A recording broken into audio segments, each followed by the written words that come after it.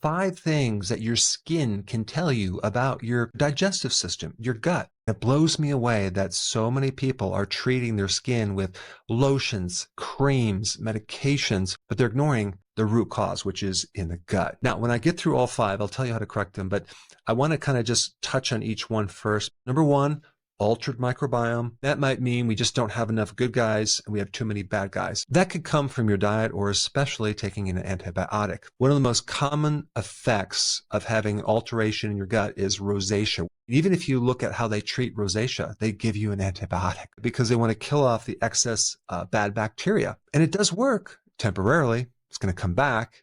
Actually worse. This imbalance in the microbiome creates inflammation that then becomes systemic and it can go throughout the body, but it shows up in your cheeks. Now there's other problems in the digestive tract. Number 2, SIBO, small intestinal bacterial overgrowth. That's a condition where you have the microbes really in the wrong place. Most of your microbes should be in the large intestine, but when those microbes start to go up into the small intestine, you develop nutritional deficiencies because these microbes compete for your food. And you definitely have a lot of inflammation, sometimes arthritis, but you can also have rosacea. I'm telling you, if you want really nice skin, just fix your gut and you will have beautiful skin. Number 3 is inflammation in the gut. And you'll feel like a pain or tightness or bloating in the gut. And the great majority of the time, it's what the person's eating. The big culprit is gluten in wheat and other grains. And here's what you need to know about inflammation.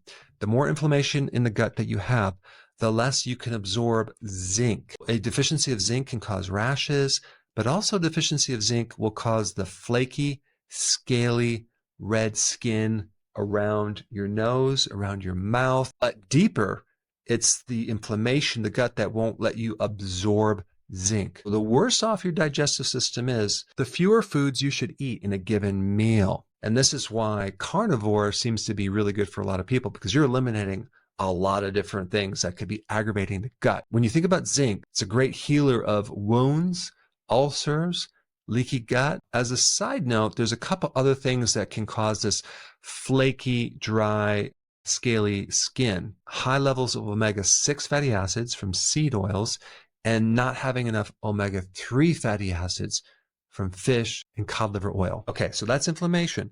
But let's say that inflammation now has become chronic and it's going to be there for a period of time. Now you're going to lose your villi, the little root-like projections on the inside of the colon.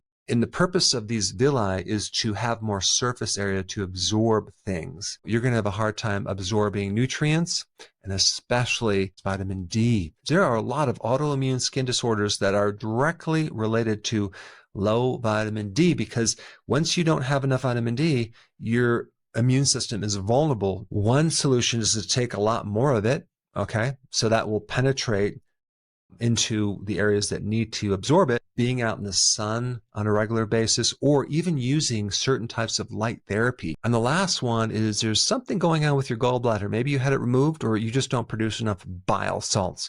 If you don't have enough bile, now we can't break down and digest the fat-soluble vitamins, especially vitamin A. And if you're deficient in vitamin A, you may start developing those little goose pimples on the back of your arms or your legs, in which case you need to start taking things that are high in vitamin A. Beef liver or even cod liver oil has a really good source of active vitamin A called retinol. And the cool thing about cod liver oil, it's high in omega-3 fatty acids, which also can help those little goose pimple things in the back of your arm. And so if you don't have a gallbladder or you're sluggish with bile, you might need to take bile. You can get ox bile, you can get purified bile salts, or even something called TUDCA, which works really good. And then what happens is one of the symptoms could be itchy skin. So what's at the bottom of that? Well, it's your diet. It could be stress. It could be that you're taking estrogen therapy, like birth control pills or hormone replacement therapy. Or it could be that you have too much insulin that's depleting your bile because you